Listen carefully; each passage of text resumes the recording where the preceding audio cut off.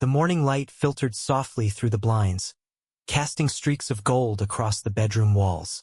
It was a quiet Saturday, the kind that usually carried the scent of coffee and the sound of laughter between Kate and me.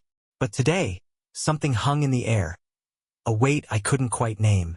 Kate sat on the edge of the bed, her hands trembling as they clutched the hem of her sweater. Her knuckles were white against the fabric, and her usually radiant hazel eyes were clouded with something unfamiliar. Fear. I leaned against the dresser, arms crossed, confusion and concern wrestling in my chest. "Jake," she whispered, her voice so quiet I almost didn't catch it. "I need to tell you something." Her tone, brittle and raw, sent a shiver down my spine. We'd been married for 7 years, and though no marriage is perfect, I'd believed in us. I'd believed in her. "Okay," I said slowly, bracing myself. "What's going on?" She exhaled shakily and looked at me for the first time that morning. Her lips parted, but the words seemed stuck in her throat, like they were too heavy to escape. And then they came, crashing into the fragile stillness between us. I slept with my boss. My world didn't just stop. It imploded. The words echoed in my head, bouncing off the walls of my disbelief. I stared at her, trying to process, trying to make sense of the nonsensical. My hands curled into fists at my sides, not out of anger but as an anchor to keep from falling apart. "When?" The word escaped me like a hiss, sharp and strained. 3 weeks ago," she admitted, her voice breaking. "It was for money. For money." The words didn't sound real. They felt alien, foreign in my mouth. Kate flinched at the tone, but I didn't care. "What the hell does that mean?" Her eyes filled with tears, spilling over as she began to speak. I was scared, Jake. You know how tight things have been. The bills, the mortgage, we were drowning. And then Richard, he offered. You took it." My voice cracked, rising in disbelief. "You took it? You thought the answer was selling yourself to him?" "I wasn't thinking," she cried, her voice trembling. "I panicked. I thought I was saving us, saving our family." Her reasoning felt like a slap. Saving us? By destroying everything we'd built? I turned away, staring out the window as my mind raced. The memories of us together, the shared laughter, the whispered promises, the moments that felt unbreakable. All of it felt tainted now, like a thread had been pulled, unraveling the fabric of our lives. "Jake, please," she pleaded, standing. Her hands reached for me, but I stepped back, holding up a hand to stop her. "I made a mistake, but I love you. I love us. I'll do anything to make this right." I stared at her, my heart a storm of anger, betrayal, and something else I couldn't name yet. My throat was tight as I forced the words out. "Anything, huh?" I said, my voice cold, distant. "Then sit tight, Kate, because right now, I need space to figure out what right even looks like." I turned and walked out the door, her sobs echoing behind me. I didn't know where I was going, but I knew I couldn't stay. Not with her. Not now. As the door slammed behind me, I realized the foundation of my world wasn't just cracked. It was shattered, and I had no idea how to pick up the pieces. I drove aimlessly for hours, the roads blurring under the overcast sky. My mind churned, replaying her words, her trembling voice, and the look in her eyes when she admitted the betrayal. The betrayal. My wife. My Kate. The woman I had built a life. The silence in the car was deafening, broken only by the occasional hum of tires against asphalt. I didn't want music or talk radio. I didn't want anything that might distract me from the raw, open wound in my chest. How could she? I pulled into the parking lot of a small diner off the highway. It was one of those places where the coffee always tasted burnt but comforting. A spot that didn't demand anything from you except to sit and breathe. I wasn't sure I could even do that. The waitress approached, a tired smile on her face. "What can I get you, hon?" "Just coffee," I said, my voice hoarse. She nodded and shuffled away, leaving me with my thoughts. My hands rested on the table, fingers laced tightly as if holding myself together. I stared at the worn surface, its laminate peeling at the edges, and thought about Kate's face when she told me. The tears, the shame, but also the fear. Had she been afraid of losing me? Or was it just guilt spilling out? The coffee arrived, and I wrapped my hands around the mug, the heat grounding me for a moment. I thought about how things had been between us lately. Sure, money was tight, we weren't exactly rolling in it. But had it been bad enough for her to do that? It wasn't just the infidelity. It was the fact that she had reduced us to a transaction. And with her boss of all people, Richard, the man she always said was harmless, who acted like a dad to everyone in the office. Had I missed the signs? Had I been blind to what was happening? My phone buzzed on the table, and her name lit up the screen. Kate. I let it ring, watching the name disappear. Then came the text. Jake, please come home. We need to talk. I'm begging you. Asterisk asterisk. Talk? What else was there to say? She'd already said it all. And yet, as much as I wanted to ignore her, I knew I couldn't run forever. I had to face this, even if it tore me apart in the process. After a long pause, I typed back. Not yet. I need time. Asterisk asterisk. I stared at the screen, my finger hovering over send, before finally pressing it. The message delivered, and I set the phone down, letting out a breath I didn't realize I'd been holding. I stayed in that diner until the sun dipped below the horizon, the coffee growing cold in front of me. I didn't know how to go back home, how to look at her and not feel the anger, the betrayal, the loss. But I knew I'd have to, eventually. This wasn't just her mess to clean up. It was ours. As I left the diner and got back into the car, I made a silent promise to myself. I would hear her out, but I wouldn't let her words define my next move. That would be my decision and mine alone. The house was dark when I returned. I parked in the driveway, the headlights carving jagged shadows on the garage door, then clicked them off, plunging everything into stillness. I sat there, gripping the steering wheel, trying to muster the courage to walk through the front door. She was probably inside, waiting. Would she still be crying? Would she try to apologize again? Or would she sit in silence, knowing there was nothing left to say? I stepped out, the cool night air biting at my skin. The door creaked as I pushed it open. The house smelled the same as it always did, faintly of lavender from the diffuser Kate insisted on using. It was a scent that used to calm me. Tonight, it felt suffocating. She was in the living room, curled up on the couch with her knees pulled to her chest, a blanket draped over her shoulders. Her eyes were red and swollen, her hair disheveled. The sight of her like this, so small, so broken, almost softened the anger simmering in my chest. Almost. You're back, she said softly, her voice rasping from hours of crying. I nodded, hanging my keys on the hook by the door. I came back, I replied, my tone colder than I intended. She swallowed hard, her hands clutching the blanket tighter. Can we talk? I leaned against the wall, keeping my distance. Start talking. Kate flinched at my sharpness but nodded. She took a deep breath, her fingers twisting the edge of the blanket as though it might hold her together. I don't even know where to start, she said. How about the truth? I shot back. All of it.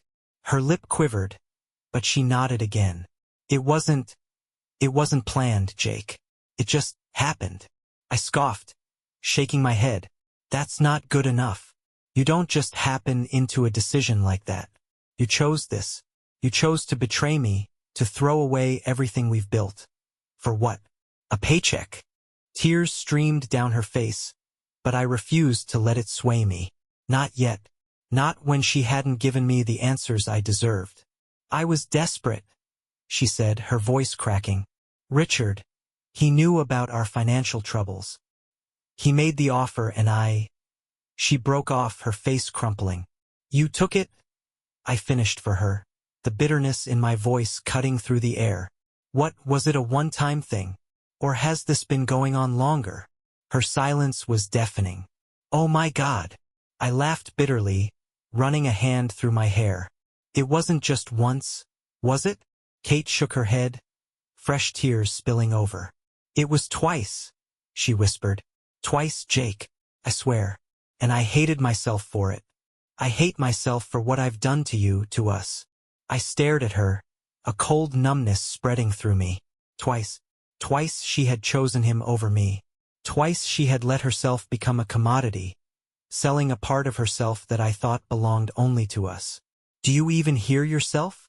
I said, my voice trembling with fury. You hate yourself?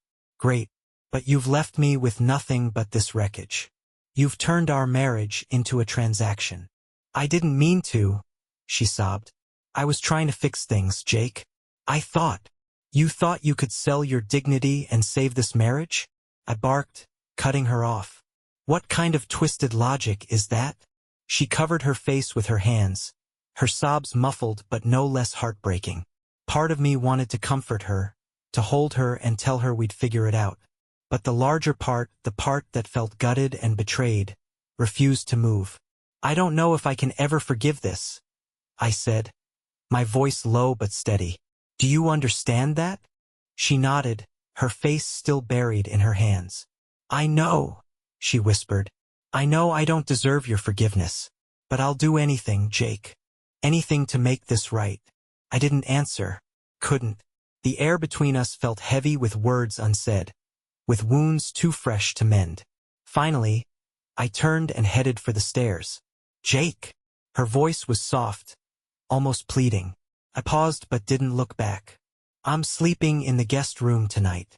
I heard her stifle a sob as I climbed the stairs. In the guest room, I lay on the bed staring at the ceiling, the events of the day replaying in my mind. The betrayal, the confession, her tears, my anger. It all swirled together into a storm I couldn't escape. Somewhere in the house, Kate cried herself to sleep, and I lay awake, wondering if anything about us could ever be saved. The next morning was quieter than any in our house had ever been. No sound of Kate humming while she brewed coffee, no clatter of plates in the kitchen, no familiar rhythm of our routine. Instead, there was only the faint murmur of the refrigerator and the occasional creak of the floorboards as I moved around the house. I avoided the kitchen, knowing she'd be there. Instead, I grabbed my car keys and headed to the driveway. I didn't know where I was going, but I knew I needed space. As the engine roared to life, the front door opened, and Kate stepped out. She looked small in her oversized sweater, her face pale and her eyes puffy from crying. Jake, wait, she called, her voice hoarse. I rolled down the window but didn't step out. What is it? I just need to know if you're coming back, she said, her voice trembling. I hesitated, gripping the steering wheel. I'm not leaving, I said finally. But I need time, Kate. I can't just sit in this house and pretend everything's fine. Her shoulders slumped, and she nodded. Okay, she whispered. Without another word, I backed out of the driveway and drove off. I ended up at the park, the one where Kate and I used to take walks when we were dating. Back then, everything had felt so simple, so unshakable. Now, as I sat on one of the weathered benches overlooking the pond, I couldn't help but feel like I was staring at the ruins of that life. I replayed her confession in my mind, the desperation in her voice, the way her hands shook as she spoke. It wasn't just guilt. It was fear. But fear of what? Losing me? Losing her sense of self? Or was it fear of losing the life we'd built, the life she'd gambled away? My phone buzzed in my pocket, snapping me out of my thoughts. I pulled it out and saw a text from Kate. I'm so sorry, Jake. I know I can't undo what I've done, but I'll do whatever it takes to prove that I love you. Please don't give up on us. Asterisk asterisk. I stared at the message, my thumb hovering over the screen. There was so much I wanted to say, so much anger, confusion, and heartbreak I needed to let out, but I didn't have the words. Not yet. Instead, I slipped the phone back into my pocket and leaned back against the bench, watching the water ripple under the light breeze. By the time I got home, it was late afternoon. The house was quiet, the kind of quiet that felt unnatural, almost eerie. I found Kate in the kitchen, sitting at the table with a cup of tea in front of her. She looked up as I entered, her eyes searching my face for some sign of hope. I made you something, she said hesitantly, gesturing to the counter. A plate of pancakes sat there, my favorite breakfast, even if it was hours past breakfast time. I thought it might help, she added, her voice barely above a whisper. I stared at the plate, a lump forming in my throat. It was such a small gesture, so ordinary, and yet it carried the weight of everything she was trying to say. Thanks, I said, my voice flat. I didn't sit down. Instead, I took the plate and retreated to the guest room. Later that evening, there was a knock on the door. Kate stood there, looking tentative, her hands clasped in front of her. Can I come in? She asked. I hesitated, then nodded. She sat on the edge of the bed, her eyes fixed on her hands. I know you don't want to hear this, but I need to tell you everything, she said. I leaned back against the headboard, crossing my arms. I'm listening. Her voice trembled as she began. It wasn't about the money, not really. It was about feeling like I had no control, like I was failing you. Failing us. Richard, he saw that. He offered a way out, and I was too weak to say no. You think that makes it better? I asked, my voice low and sharp. You let him prey on your insecurity, and you didn't think to come to me? Tears filled her eyes. I was ashamed, Jake. I didn't want you to see how scared I was, how much I felt like I was falling apart. I shook my head, bitterness rising in my chest. And instead, you tore us apart. She flinched but didn't argue. Instead, she said, I've started looking for another job. I can't stay at the same company as him, not after everything. I know that doesn't fix what I've done, but I thought you should know. The room fell silent, her words hanging in the air like a fragile thread. Good, I said finally, my voice devoid of warmth. She nodded, her shoulders sagging under the weight of everything left unsaid. As she left the room, closing the door quietly behind her, I felt the first stirrings of something new.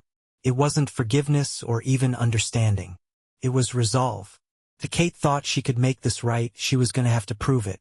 And I wasn't going to make it easy. The days that followed were a minefield of silences and guarded glances. Kate tried to bridge the chasm between us, leaving notes on the counter or sending texts throughout the day, but I rarely responded.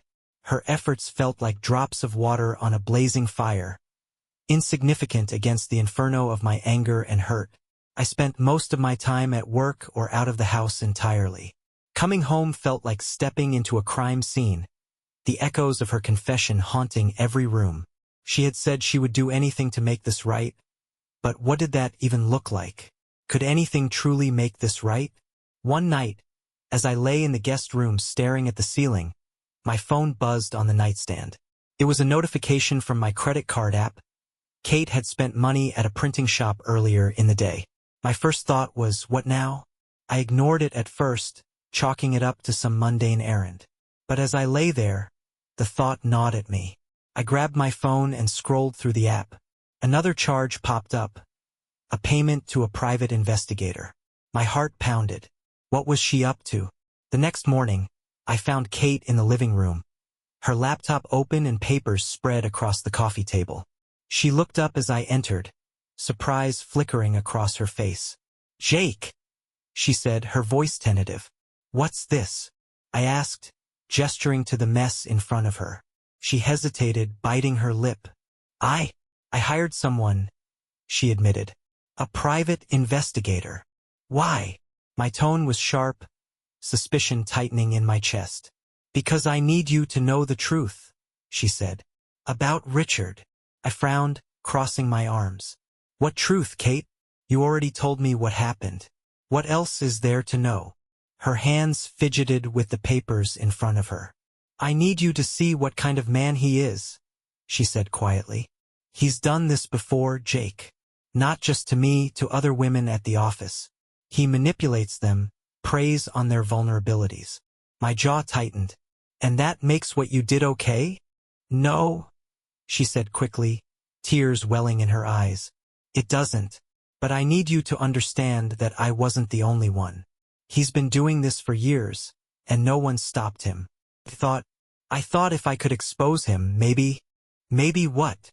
I cut her off, my voice rising. Maybe I'd forget about what you did? Maybe I'd forgive you because you're not the first woman he's done this to? Her tears spilled over, but she didn't look away. "I'm not asking for forgiveness," she said, her voice trembling.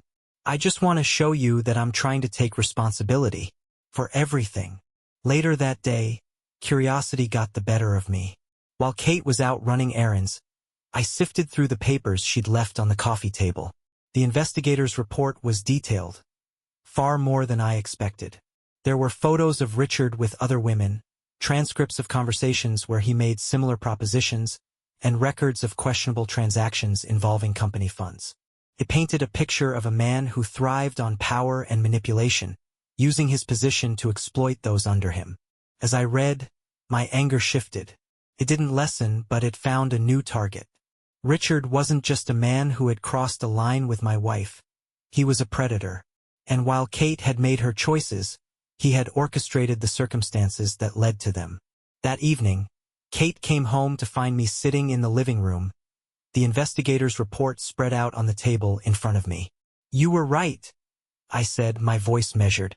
Her eyes widened in surprise. "About what?" "Richard," I said, tapping the papers. "He's a parasite, and he's been getting away with this for too long."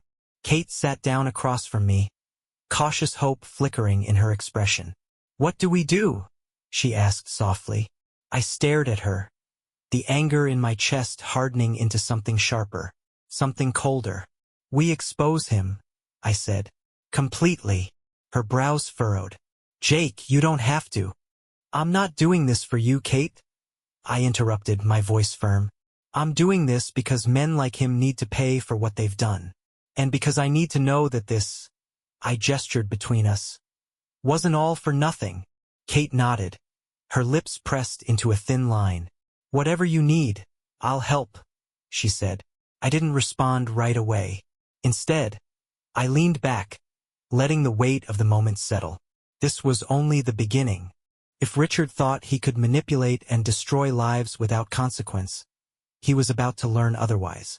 And if Kate thought this would absolve her, she was going to learn that redemption wasn't something she could buy, it was something she had to earn. The next week was a whirlwind of careful planning. The investigator's report was just the starting point, a map of Richard's predatory behavior that outlined his arrogance and entitlement. But I knew if we were going to bring him down, we needed more than just a pile of accusations. We needed proof that could withstand scrutiny, and we needed a plan to make sure it all came crashing down on him at the right time. Kate threw herself into the effort with a fervor that surprised me. She worked late into the night combing through her emails, collecting any correspondence that might strengthen the case. She reached out to other women at the office, cautiously feeling out whether any of them had experienced similar encounters. It was strange, watching her like this. On one hand, I hated the fact that we were even in this position. But on the other, I couldn't ignore the determination in her eyes. It was as if she were fighting not just for justice, but for a chance to prove to herself, to me, that she wasn't the woman who had made those choices. One evening, as we sat in the living room surrounded by papers and laptops, Kate looked up at me, hesitation written all over her face. "There's something else you should know," she said softly. I set down the stack of documents I'd been reading. "What is it?" "Richard, he filmed us," she said, her voice breaking. The words hit me. My fists clenched, and for a moment, I couldn't breathe. "What do you mean he filmed you?" I demanded, my voice low and sharp. She looked down, shame painting her features. "The first time, he said it was for security, that he needed to protect himself. I didn't know he kept it until later." The rage that surged through me was unlike anything I'd ever felt before. My vision blurred, and I had to force myself to stay seated. "Do you know where the footage is?" I asked, my tone like ice. Kate nodded. "I overheard him talking to someone about a private server he uses to store things like that. He keeps backups on a hard drive in his office." A part of me wanted to explode, to throw something, to scream at the top of my lungs. But I couldn't afford to lose control now. Not when we were so close. "Then that's where we start," I said, my voice steady despite the storm raging inside me. The next day, we put the final pieces of the plan into motion. I reached out to a tech-savvy friend, Darren, who owed me a favor from years back. He specialized in digital forensics, and when I explained the situation without going into too much personal detail, he agreed to help. "I'll need access to the server and the hard drive," Darren said. "Can you get me that?" "I'll get it," I promised. Kate's role was clear. She had to act normal, to keep Richard unaware that anything was coming. It was a risk, sending her back into that environment, but she insisted. "I want to do this, Jake," she said firmly. "I need to do this." I nodded, though the thought of her near him made my skin crawl. The day of the operation arrived faster than I expected. Kate had arranged a meeting with Richard under the guise of discussing an upcoming project. Meanwhile, I waited nearby in a parked car, Darren beside me with a laptop and an array of equipment. Kate wore a wire, something Darren had provided. It was small, barely noticeable, but it would capture everything. My heart raced as I listened to her voice through the earpiece. "Thanks for meeting with me," she said, her tone carefully neutral. "No problem," Richard replied, his voice oozing false charm. "Anything for my star employee." The conversation was mostly surface level at first, but then Kate steered it toward her goal. "I've been thinking about our arrangement," she said hesitantly. Richard chuckled. "Have you now? I hope you're not getting cold feet." "No, I think we need to be careful," Kate continued. "That footage you have, it's risky, isn't it? What if someone found out?" Richard laughed again, a smug, confident sound that made my blood boil. "Don't worry about that," he said. "Everything's secure. My private server is impenetrable, and the backups are locked away. No one's going to find out unless I want them to." As he spoke, Darren was already at work, remotely accessing Richard's office computer through a backdoor Kate had helped him set up. "Got it?" Darren whispered to me, his fingers flying across the keyboard. "I'm in." Minutes later, Darren turned the laptop toward me, revealing folders filled with videos, emails, and financial records. My stomach turned as I realized the scale of Richard's depravity. "We've got him," Darren said, his voice grim. But for me, this wasn't just about catching Richard. It was about reclaiming the dignity he'd stolen. Not just from Kate, but from every woman he'd manipulated. When Kate emerged from the building later, her face pale but determined, I knew we were ready. "Now," I said, looking her in the eye, "it's time to make him pay." As we drove away, the weight of what we'd uncovered settled over me like a storm cloud. This wasn't over. We spent the next 48 hours building an airtight case. Darren's forensics work had uncovered more than just the videos. There were financial records tying Richard to illicit deals and documents showing he'd been skimming money from company accounts. This wasn't just about his exploitation. It was about dismantling the web of lies he had spun. Kate was relentless, sifting through every file, every email, every text. She looked exhausted but resolute. At one point, she glanced up at me, her eyes filled with something that looked like hope. "This will work," she said, almost as if she were convincing herself. I nodded but didn't respond. I wasn't sure what success would look like, for her, for us. For me, success wasn't just exposing Richard. It was about finding a way to live with the wreckage he and Kate had left behind. The next step was the hardest, bringing in reinforcements. Kate contacted 2 of her colleagues who had quietly left the company in the past year. Both were hesitant to talk at first, but when Kate shared what we'd uncovered, they agreed to help. One of the women, Anna, broke down as she recounted her own experience. "He threatened to ruin my career if I didn't go along with it," she said, her voice shaking. "I thought I was alone." Hearing her story ignited something in me, a rage so deep it felt primal. Richard had destroyed lives, treating people like pawns in his twisted game. Now he would finally face the consequences. The final piece of the puzzle came from Darren. "I've created a digital trail," he explained, showing me the files he had compiled. Emails, transactions, videos, all time-stamped, verified, and linked to Richard. "It's unshakable." I leaned forward, studying the screen. "What's next?" "We give this to the board," Kate said, her voice steady. "And the authorities." I raised an eyebrow. "The board? Are you ready for that?" She hesitated, but then nodded. I have to be. It's the only way. I didn't know if her resolve came from guilt, anger, or a need for redemption. Maybe it didn't matter. What mattered was that we were ready to bring him down. And when the board meeting was called, Richard wouldn't know what hit him. The board meeting was scheduled for Thursday morning. The night before, Kate barely slept, pacing the house as she rehearsed what she would say. I watched her from the kitchen, coffee in hand, wondering how we had arrived here. How a marriage built on love and trust had become this fractured, uneasy alliance. When morning came, I drove her to the office. The silence in the car was heavy, punctuated only by the occasional hum of the engine. Kate kept fidgeting with the folder in her lap, her knuckles white against the leather cover. "You're ready for this?" I said, breaking the silence.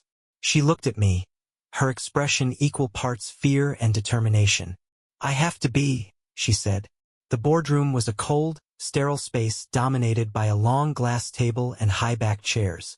As the board members filed in, Richard entered last, his usual smug confidence radiating from every step. He smiled at Kate, but it faltered slightly when he saw me sitting in the back corner, arms crossed. "Kate, good to see you," he said smoothly. "What's this all about?" "You'll see," she replied, her tone sharp. When the meeting began, Kate stood, the folder clutched tightly in her hands. She began by outlining her role in the company, her contributions, and the trust the board had placed in her over the years. Then, with a deep breath, she pivoted. "Unfortunately," she said, her voice steady despite the tremor in her hands, "that trust has been exploited, not just by me, but by someone in this room." Richard shifted in his seat, his smirk fading. Kate opened the folder and began presenting the evidence.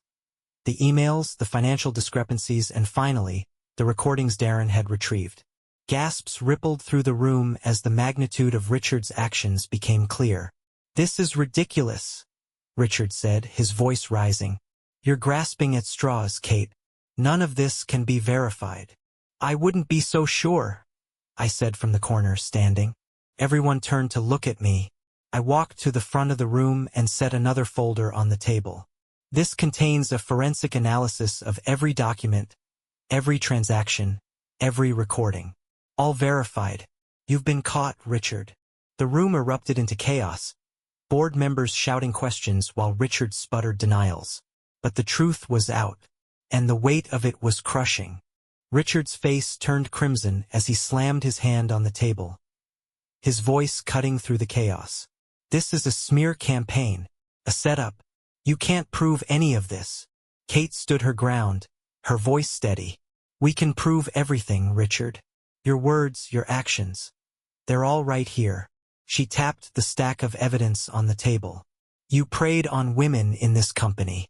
You abused your power. And now the truth is out." One of the senior board members, an older woman named Linda, leaned forward, her sharp gaze fixed on Richard. "I've seen enough," she said, her voice like steel. "These allegations are serious, and this evidence is damning. I'm calling an emergency vote to suspend you pending further investigation." "What?" Richard stammered, his confidence cracking. "You can't do this. I've been with this company for 15 years. And in that time you've exploited your position to destroy lives," Linda snapped. "Your tenure doesn't excuse your behavior." The room fell silent as she turned to the other board members. "All in favor of suspension?" One by one, hands went up around the table. Richard's jaw tightened as he watched his support crumble. "You're making a mistake," he growled. "This company won't survive without me." Linda's expression didn't waver. "We'll take our chances." As Richard stormed out of the room, I couldn't help but feel a surge of satisfaction. But the weight of the moment wasn't lost on me. This wasn't just about taking him down, it was about starting to rebuild the lives he had shattered. Kate remained standing, her shoulders stiff as the board members thanked her for bringing the truth to light. But when they left the room, her composure broke. She leaned against the table, her hands trembling. "It's over," she whispered. I walked over and placed a hand on her shoulder. "This part is over," I said. "But there's still a lot to deal with." She looked up at me, her eyes glistening. "I know," she said. "I'm ready to face it. Whatever it takes." I nodded, but deep down, I wasn't sure what ready looked like. For her or for us. All I knew was that we had crossed a line, and there was no going back. As we walked out of the building, the air felt heavier than before.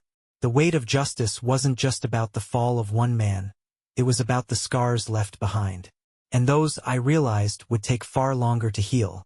The drive home was quiet, the tension between us palpable. Kate sat with her hands clasped in her lap, staring out the window as the city blurred past. I could feel the weight of her exhaustion, the emotional toll of what she had done and what we had uncovered. But my own exhaustion ran deeper. The adrenaline of the showdown with Richard had worn off, leaving behind a raw ache. What now? What did moving forward even look like when trust had been obliterated?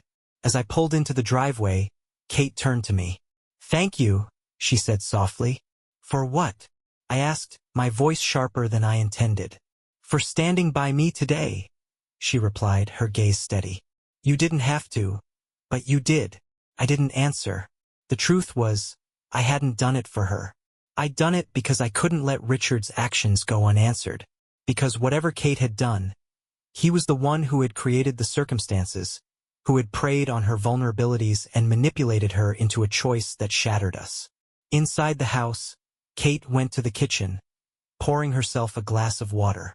I followed, leaning against the doorway, watching her movements. "What happens now?" she asked, not looking at me. I crossed my arms, exhaling slowly. "We deal with the fallout. Richard's gone, but the damage he caused, your part in it, that's not going to disappear overnight." She turned to face me, her eyes red but resolute. "I know," she said. "I don't expect forgiveness, Jake. I don't even know if I deserve it. But I want to earn back whatever I can. For us." Her words hung in the air, heavy with sincerity. For a moment, I saw the woman I'd fallen in love with, the woman who had once been my anchor. But then the memory of her betrayal surged forward, sharp and unyielding. "I don't know if that's possible," I said honestly. "I don't know if I can ever look at you the same way." Her breath hitched, but she didn't argue. She nodded, her gaze dropping to the floor. "I understand," she whispered. The next few days passed in a strange limbo. Kate stayed busy, working from home as the fallout from Richard's suspension rippled through the company. I threw myself into my own work, avoiding conversations that felt too heavy to start. One evening, as I sat in the guest room flipping through a book I wasn't really reading, Kate knocked softly on the door. "Jake." I looked up, meeting her hesitant gaze. "What is it?" She stepped inside, holding a small notebook.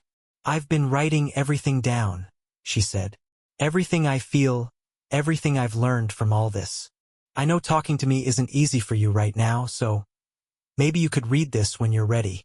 She set the notebook on the desk and left without another word.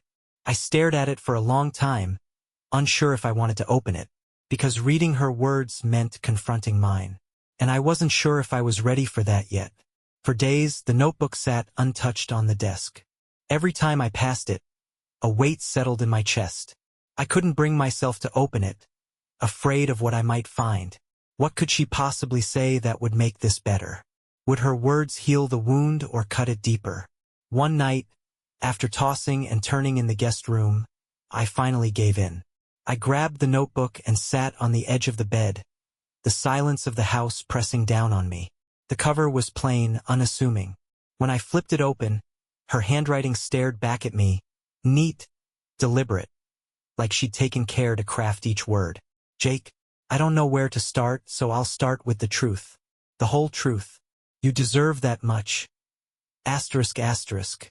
Her words spilled out over the pages, raw and unfiltered. She wrote about the mounting pressure at work, the long hours, the suffocating fear that she was failing both at her job and at home. She confessed how Richard's initial offer had seemed like a lifeline, how she had convinced herself it was a way to protect us. But she didn't shy away from admitting the truth. It was wrong. Every part of it. She didn't sugarcoat her actions or shift blame. She owned them fully, describing the guilt that had eaten away at her and the shame that had made her hide. She wrote about the moment she realized she had destroyed everything we'd built, and how she knew she might never repair it. But there was one line that stopped me cold. I don't just want to fix this for you, Jake. I need to fix it for me, because somewhere along the way, I forgot who I was. And I don't want to be this person anymore. Asterisk asterisk. I closed the notebook, my hands trembling. Her words hit me, not because they absolved her. Nothing could, but because they revealed a truth I hadn't wanted to face. She wasn't the only one who had changed. The next morning, I found her in the kitchen, staring out the window with a cup of coffee in her hands. She turned when she heard me, her expression wary. I read it, I said, holding up the notebook. She set the coffee down, her fingers twitching nervously. And I hesitated, searching for the right words. It doesn't fix anything, I said honestly, but it's a start. Her shoulders sagged, relief and sorrow washing over her in equal measure. That's all I can hope for, she said softly. I nodded, the silence between us heavy but no longer unbearable. There was still so much to navigate, so much left unsaid. But for the first time, I saw a glimmer of something I hadn't expected. The faint possibility of a way forward. It wouldn't be easy. It wouldn't be quick. But maybe, just maybe, it could be possible. Weeks turned into months, and life became a careful balancing act. There were no grand gestures of reconciliation, no sudden moments of clarity where everything felt fixed. Instead, it was a slow, painful process of rebuilding, one brick at a time. Kate started therapy. At first, it was just for her, a way to work through the guilt and shame she carried. But eventually, she asked if I would join her for a session. I resisted at first, unsure if I could handle hearing her lay everything bare again. But something about her persistence convinced me to try. The first session was brutal. Hearing her talk about the choices she'd made, the reasons behind them, and the way she had justified them to herself, it was like reliving the betrayal all over again. But there was also something cathartic about it, a sense that we were finally confronting the darkness head-on instead of letting it fester in the shadows. One evening, after the kids were asleep and the house was quiet, Kate sat beside me on the couch. It had been months since we'd shared this kind of closeness. I know things will never be the same, she said, her voice soft. And I know I'm the reason for that. But I want you to know how much I appreciate you giving us a chance. Even if it's just a small one. I turned to her, studying her face. She looked older somehow, worn by the weight of everything that had happened. But there was also a strength there, a determination that hadn't been there before. It's not just about giving us a chance, I said. It's about figuring out who I am in all of this too. What I want, what I need, and how we go forward, or if we can. She nodded, tears glistening in her eyes. I understand. And for the first time in a long time, I believed her. The next morning, I found her at the kitchen table, scribbling something in a notebook. She looked up when I entered, her expression cautious. What's that? I asked. Just goals, she said with a small smile. Things I need to work on. For myself, for us, for the kids. I know it's going to take time, but I'm willing to put in the work. I nodded, pouring myself a cup of coffee. Good, I said simply. She didn't press for more, and I appreciated that. Months later, the fallout from Richard's exposure was complete. He had been fired, disgraced, and faced multiple lawsuits from the women he had victimized. Kate's company had brought in new leadership, and she had stepped down from her role, choosing to start fresh somewhere else. As for us, we weren't the couple we used to be. But maybe that was okay. Maybe we could be something different, something stronger, built on hard truths instead of easy illusions. One day, while watching the kids play in the yard, Kate sat beside me on the porch. Do you think we'll make it? She asked quietly. I didn't answer right away. Instead, I watched our children laughing, their joy untainted by the weight we carried. I think we're trying, I said finally. And maybe that's enough for now. She reached for my hand, and for the first time in a long time, I let her take it. It wasn't forgiveness. It wasn't a clean slate, but it was a step. And for now, that was enough.